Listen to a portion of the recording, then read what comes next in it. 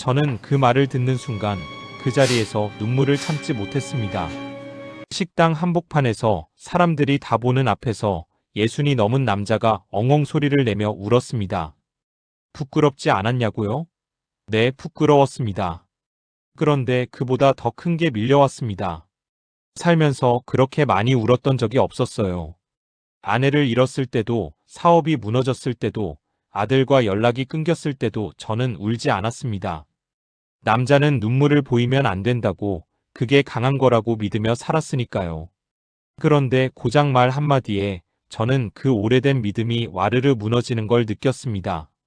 제 이름은 박정길이고 올해로 71입니다. 전라북도 고창의 작은 마을에서 오남매 중 셋째로 태어났고 17에 혼자 서울로 올라와 맨손으로 살아온 사람입니다. 거창하게 말하면 자수성가라고 할 수도 있겠지만 솔직히 말하면 그냥 죽지 못해 버텼다는 표현이 더 맞습니다. 특별한 재주가 있었던 것도 아니고 학벌이 있었던 것도 아니고 빽이 있었던 것도 아닙니다. 그냥 하루하루 앞만 보고 이를 악물고 달렸습니다. 그렇게 수십 년을 달리다 보니 어느 순간 제 주변에 아무도 없더라고요. 돈은 조금 생겼는데 사람이 없었습니다. 그게 이 이야기의 시작입니다. 제가 서울에 처음 올라온 건 1971년 여름이었습니다.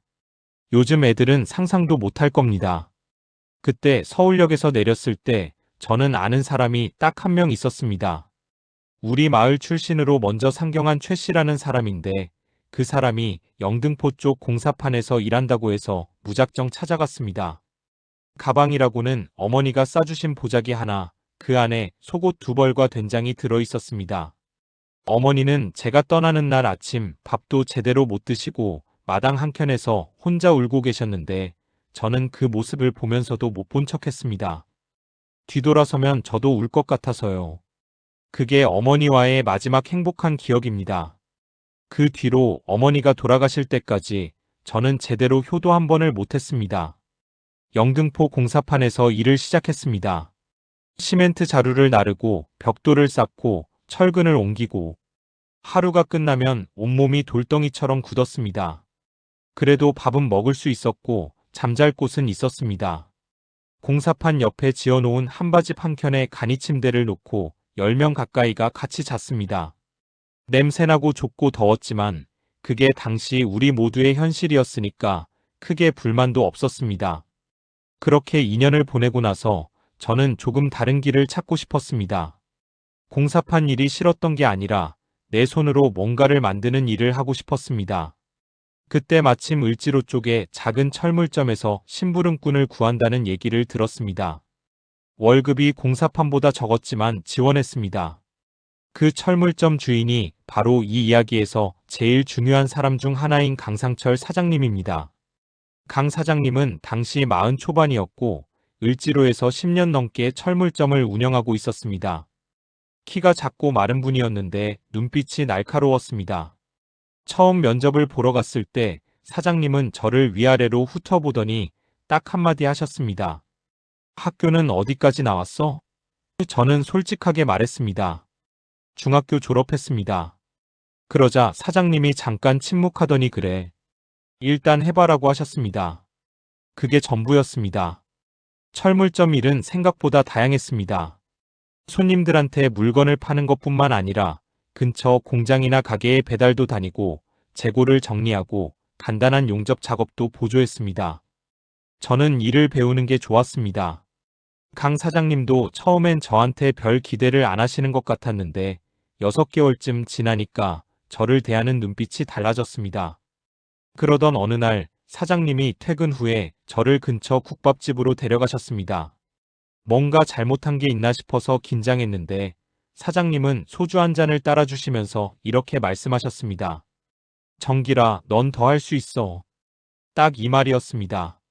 당시 저는 21살이었고 살면서 제 가능성에 대해 그 누구도 그런 말을 해준 적이 없었습니다. 부모님도 선생님도 친구도 다들 형편이 어려우니 빨리 돈이나 벌라고 했지 내가 더 할 수 있다고 말해준 사람은 단 한 명도 없었습니다. 그 순간 제 가슴 속에서 뭔가가 쿵하고 떨어지는 느낌이 들었습니다. 사장님은 그날 야간 학교라도 다니면서 고졸 검정고시를 따라고 그 다음엔 기술학교에 가서 제대로 된 기술을 배우라고 조언해 주셨습니다. 당장 돈이 된다고 돈만 쫓으면 나중에 후회한다고.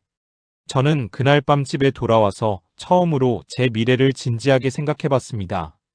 그때까지 저는 하루하루 생존하느라 바빠서 5년 뒤, 10년 뒤를 생각해 본 적이 없었거든요.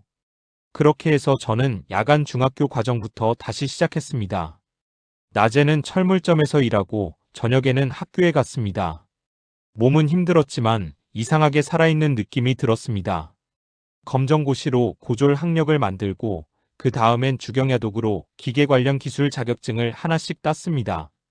강 사장님은 제가 공부한다는 걸 아시고 일 시간을 조금씩 조정해 주셨습니다. 말은 안 하셨지만 배려해 주신 거라는 걸 알았습니다. 25세 저는 철물점을 나와서 중소기계 부품 제조업체에 취직했습니다. 거기서 5년을 일하면서 현장 경험을 쌓고 30이 되던 해에 친구 2명과 작은 부품 가공 공장을 차렸습니다. 처음엔 아무것도 없었습니다. 낡은 기계 몇 대와 빌린 창고, 그리고 우리 셋의 손뿐이었습니다. 잘 나가는 날도 있었고 거래처가 끊겨서 죽을 것 같은 날도 있었습니다. 그러다 32살에 지금의 아내 김순희를 만났습니다.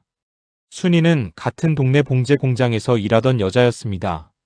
처음 만났을 때 저는 솔직히 잘생긴 것도 아니고 돈도 없고 미래도 불확실한 상태였습니다. 그런데 순희가 저한테 먼저 다가왔습니다. 나중에 들으니까 제가 밥도 제대로 안 먹고 일하는 게 안쓰러워 보였다고 하더군요. 저는 순희가 다가오는데 처음엔 부담스러웠습니다. 아무도 저한테 그렇게 관심을 준 적이 없어서 어떻게 받아들여야 할지 몰랐습니다. 하지만 순희는 포기하지 않았고 결국 우리는 만난 지 1년 만에 결혼했습니다. 결혼하고 나서 공장 일이 조금씩 자리를 잡아갔습니다. 거래처가 늘고 직원도 생겼습니다. 아들 정수도 태어났고 2년 뒤에 딸 정아도 태어났습니다. 겉으로 보면 행복한 가정이었습니다. 그런데 저는 그 시절에 아주 나쁜 습관 하나를 키우고 있었습니다. 바로 가족보다 일을 먼저 하는 것, 아니 정확히는 일만 하는 것이었습니다. 저는 집에 있어야 할 시간에도 공장에 있었습니다. 아이들이 잘 때 출근하고 아이들이 잠든 후에 귀가했습니다. 주말에도 나갔습니다. 순이가 몇 번이나 말했습니다. 당신 가끔은 애들이랑 시간 좀 보내줘요. 그때 저는 이렇게 대답했습니다. 지금 이렇게 해야 나중에 애들이 편하게 살 수 있어. 나는 내 방식으로 가족을 위하는 거야. 지금 생각하면 얼마나 어리석은 말이었는지 모릅니다. 나는 가족을 위해 일한다고 했지만 사실 가족이 없는 일 중독자였습니다. 아들 정수가 중학생이 되었을 때 어느 날 제가 모처럼 일찍 집에 들어갔습니다. 거실 소파에 앉아서 정수를 불렀습니다. 정수야, 이리 와봐. 정수가 자기 방에서 나와 저 앞에 섰는데 그 표정이 굉장히 낯설었습니다. 반갑지도 않고 그렇다고 불편하지도 않은 그냥 무표정이었습니다. 저는 어색하게 웃으면서 요즘 어때? 라고 물었고 정수는 그냥요라고 짧게 대답하고는 다시 방으로 들어갔습니다. 그 장면이 오래 기억에 남았습니다. 아버지가 집에 들어와도 아무런 감흥도 없는 아들. 저는 그게 무슨 의미인지 알면서도 인정하고 싶지 않았습니다. 그래서 더 일에 매달렸습니다. 인정하는 순간 모든 걸 바꿔야 할 것 같았으니까요. 공장은 40대 초반의 최대 규모에 달했습니다. 직원이 20명 가까이 됐고 거래처도 수십 군데였습니다. 저는 그 지역에서 나름 알려진 사람이 됐습니다. 사람들이 저를 부를 때 박 사장이라고 불렀고 저는 그 호칭이 좋았습니다. 어린 시절 가난하고 공부 못하던 박정길이 아니라 어엿한 박 사장이 된 것 같았으니까요. 그런데 제가 45이 되던 해에 IMF가 터졌습니다. 기억하실 분들은 기억하시겠지만 그때 진짜 많은 사람들이 무너졌습니다. 저도 예외가 아니었습니다. 거래처들이 줄줄이 쓰러지면서 받아야 할 돈이 증발했습니다. 은행 대출은 이자가 치솟았고 직원들 월급을 맞추기 위해 집을 담보로 대출을 받았습니다. 1년을 버텼지만 결국 공장 문을 닫을 수밖에 없었습니다. 모든 걸 잃었습니다. 공장, 집, 그리고 돈. 직원들한테 마지막 월급을 주고 나니까 통장에 남은 돈이 거의 없었습니다. 저는 그때 처음으로 진짜 바닥이 뭔지 알았습니다. 청계천 공사판에서 시작하던 17대보다도 더 무거운 무게가 짓눌렀습니다. 그때는 잃을 것도 없었으니까 두렵지 않았는데 이번엔 달랐습니다. 쌓아 올린 게 무너지는 건 처음부터 없는 것보다 훨씬 더 고통스러웠습니다. 순이는 그 시절에도 묵묵히 제 옆에 있어줬습니다. 불평 한마디 없이 저한테 왜 이렇게 됐냐고 따지지도 않고 그냥 제 옆에 있었습니다. 저는 그 고마움을 말로 표현할 줄 몰랐습니다. 아니, 표현하려고 노력조차 하지 않았습니다. 당시엔 제기하는 것만이 순이한테 보답하는 길이라고 생각했으니까요. 공장이 망하고 난 뒤 저는 닥치는 대로 일했습니다. 대리점도 해보고 건자재 영업도 해보고 지인이 하는 식당 관리도 해봤습니다. 뭘 해도 예전만큼 됐으면 싶었는데 번번이 중간에서 막혔습니다. 나이도 많아졌고 예전 같은 체력도 없었습니다. 그러다 쉰을 넘기면서 작은 용접 기술을 살려서 다시 소규모 제조업을 시작했습니다. 이번엔 욕심을 부리지 않기로 했습니다. 직원도 없이 저 혼자 아니면 한 명만 두고 조용히 했습니다. 그렇게 다시 안정을 찾아가던 무렵 아들 정수가 대학을 졸업하고 취직을 했습니다. 그리고 얼마 뒤 결혼한다고 했습니다. 상대방은 좋은 집안 출신의 여자였습니다. 정수가 데리고 와서 저한테 인사를 시켰는데 저는 그 자리가 너무 어색했습니다. 며느리 될 사람한테 뭐라고 말을 건네야 할지 몰랐습니다. 인사치레를 몇 마디 하고 나서 조용히 앉아만 있었습니다.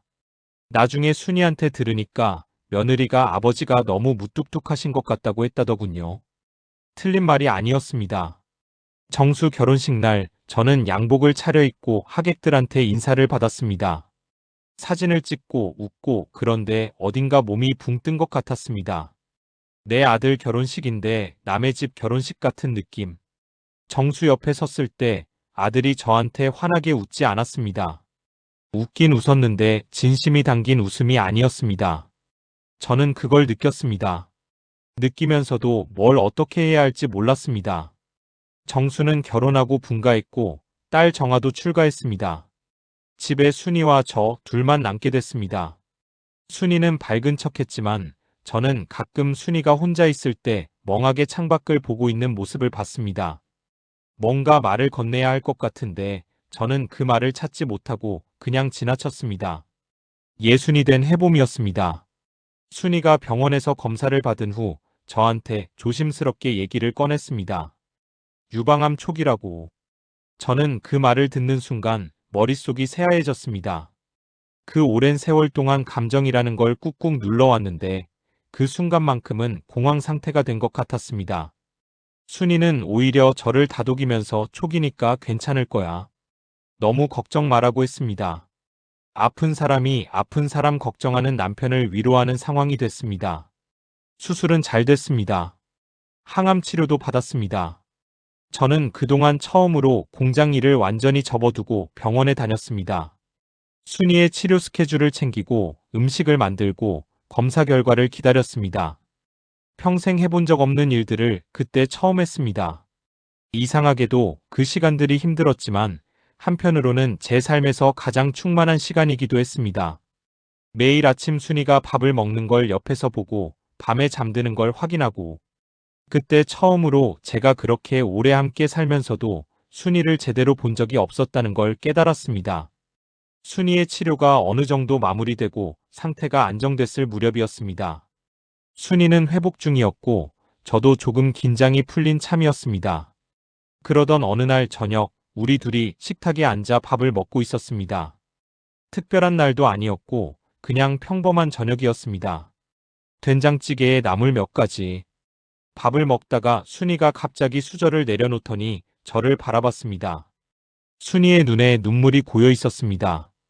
저는 깜짝 놀라서 물었습니다. 왜 그래? 어디 아파? 순이가 고개를 저었습니다. 그러더니 조용히 하지만 또렷하게 이렇게 말했습니다. 여보, 고마워요. 당신이 옆에 있어줘서. 그게 전부였습니다.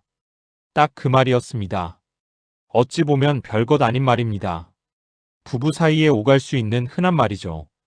그런데 저는 그 말을 듣는 순간 그동안 쌓아두었던 감정이 한꺼번에 터졌습니다. 젓가락을 내려놓고 고개를 숙이고 소리를 내며 울었습니다. 예순이 넘은 남자가 밥상 앞에서 아내한테 엉엉 울었습니다. 울면서 이런 생각이 들었습니다.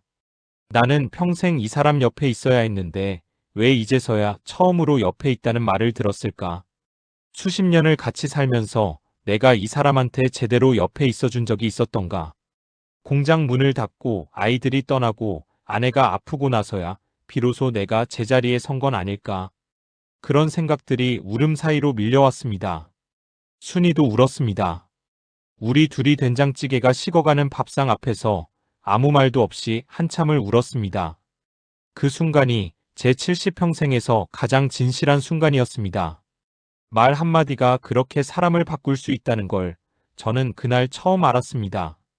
그 이후로 저는 달라지려고 노력했습니다.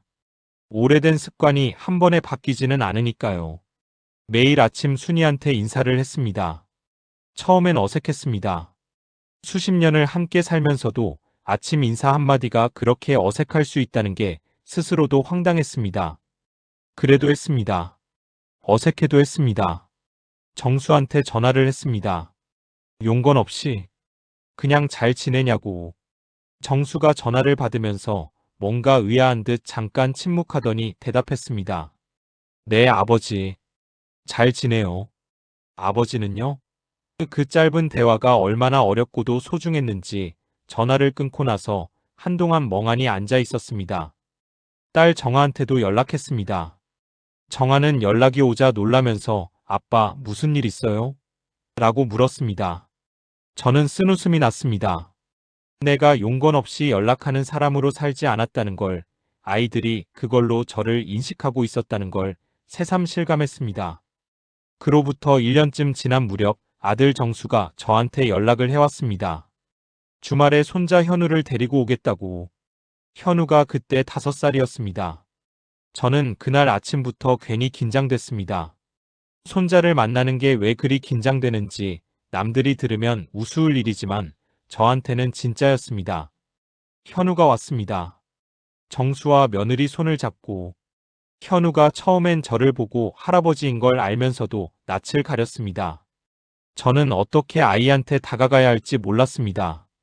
정수한테도 그랬고 정아한테도 그랬고 어릴 때부터 아이를 어떻게 대해야 하는지 몰랐던 사람이 손자라고 달라질 리가 없었습니다. 그런데 현우가 먼저 다가왔습니다. 제 앞에 와서 오동통한 손가락으로 제 손을 잡더니 눈을 동그랗게 뜨고 이렇게 말했습니다. 할아버지 손이 왜 이렇게 딱딱해요? 저는 웃음이 나왔습니다. 평생 일만 했던 손이었으니까요. 저는 현우한테 말했습니다. 할아버지가 일을 많이 해서 그래. 현우가 잠깐 생각하더니 고개를 끄덕이고는 그 거칠고 딱딱한 손을 꼭 잡았습니다. 그 손의 온기가 아직도 기억납니다. 작고 따뜻하고 보드라웠습니다. 저는 그 손을 잡고 있으면서 눈물이 날 뻔했습니다. 참았습니다. 손자 앞에서 울 수는 없으니까요. 그날 정수가 집으로 돌아가면서 현관 앞에서 잠깐 저를 바라봤습니다. 뭔가 말하고 싶은 것 같았는데 망설였습니다. 저도 뭔가 말해야 할 것 같았는데 선뜻 나오지 않았습니다. 서로 잠깐 어색하게 눈을 마주치다가 결국 정수가 먼저 말했습니다. 아버지, 다음 주에 또 올게요. 짧은 한마디였지만 저는 그 안에 담긴 뜻을 알았습니다. 거부하지 않겠다는 것, 관계를 이어가겠다는 것. 저는 고개를 끄덕이면서 말했습니다. 그래, 기다리고 있을게. 그 이후 정수는 정말 다음 주에 또 왔습니다. 그 다음 주에도. 처음에는 현우를 데리고 잠깐씩 들르는 형식이었는데 차츰 오래 있게 됐습니다. 밥도 같이 먹고 때로는 우리 넷이 근처 공원에 나가기도 했습니다. 그 과정이 쉽지는 않았습니다. 정수와 저는 여전히 어색했고 대화가 툭툭 끊겼습니다. 하지만 그 끊기는 침묵들이 전처럼 불편하지만은 않게 됐습니다. 서로 채우려고 노력하고 있다는 걸 알았으니까요. 어느 날 공원 벤치에 정수와 나란히 앉아서 현우가 미끄럼틀 타는 걸 보고 있었습니다. 한참을 그렇게 있다가 정수가 조용히 입을 열었습니다. 아버지, 나 어릴 때 아버지가 보고 싶었어요.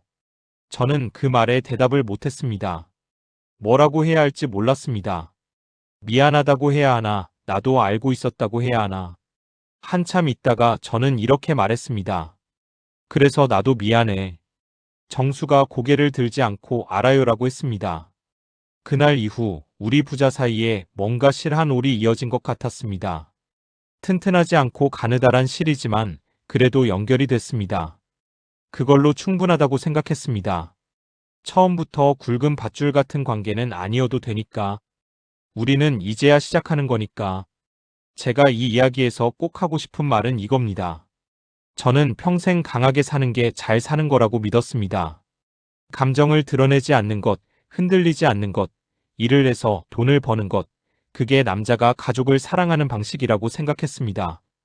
그런데 예순이 넘어서야, 아내가 아프고 나서야 그 믿음이 얼마나 좁고 외로운 믿음이었는지 알게 됐습니다. 가족한테 필요한 건 돈이 아니라 함께하는 시간이었고, 강함이 아니라 솔직함이었습니다. 순이의 그 한마디 여보 고마워요. 당신이 옆에 있어줘서. 이 말이 제 인생을 바꿨습니다. 이 말이 저한테 처음으로 옆에 있는 것의 의미를 알게 해줬습니다. 저는 수십 년을 같은 집에 살면서도 옆에 없었던 사람이었습니다.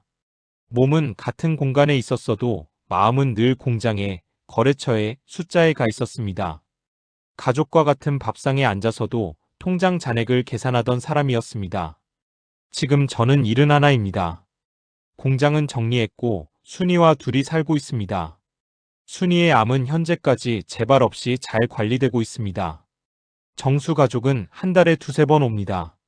현우는 이제 8살이 됐고 저를 보면 할아버지 라고 크게 소리치며 달려옵니다. 딸 정아도 명절이면 옵니다. 예전보다 집이 훨씬 활기찹니다. 저는 요즘 매일 아침 순이와 산책을 합니다. 30분 정도 동네를 걷는 건데 처음엔 그것도 어색했습니다. 같이 걸으면서 뭘 얘기해야 하는지 몰랐으니까요. 그런데 해보니까 딱히 많은 말이 필요하지 않았습니다. 그냥 걷는 것 자체가 좋았습니다. 옆에 있는 것 자체가 좋았습니다. 이걸 이른이 돼서야 알았습니다. 가끔 후회가 됩니다. 좀 더 일찍 알았더라면, 아이들이 어릴 때 더 함께 있었더라면, 순이가 아프기 전에 고마움을 표현했더라면. 하지만 그 후회를 붙잡고 늘어지면 안 된다는 것도 압니다. 후회는 과거를 바꾸지 못하니까요. 할 수 있는 건 지금부터 하는 것뿐입니다. 이 이야기를 듣는 분들 중에 저처럼 일만 하고 사시는 분들이 계실 것 같습니다. 가족이 있는데 자꾸 뒤로 미루고 계신 분들, 고마움을 알면서도 표현 못하고 계신 분들, 저는 그분들한테 말씀드리고 싶습니다. 너무 늦기 전에 하세요. 저는 다행히 늦지 않아서 지금이라도 하고 있지만 세상엔 기회조차 없이 시간이 지나버리는 경우도 있으니까요. 당신이 옆에 있어줘서 고마워요. 이 8글자가 제 남은 인생의 방향을 완전히 바꿨습니다. 저는 이제 그 방향으로 걷고 있습니다. 늦었지만 그래도 가고 있습니다. 오늘 이 이야기를 들어주셔서 감사합니다. 저처럼 늦게 깨달은 분이 있다면 부끄러워하지 마세요. 깨달았을 때가 바로 시작할 때니까요. 저는 그렇게 믿고 있습니다.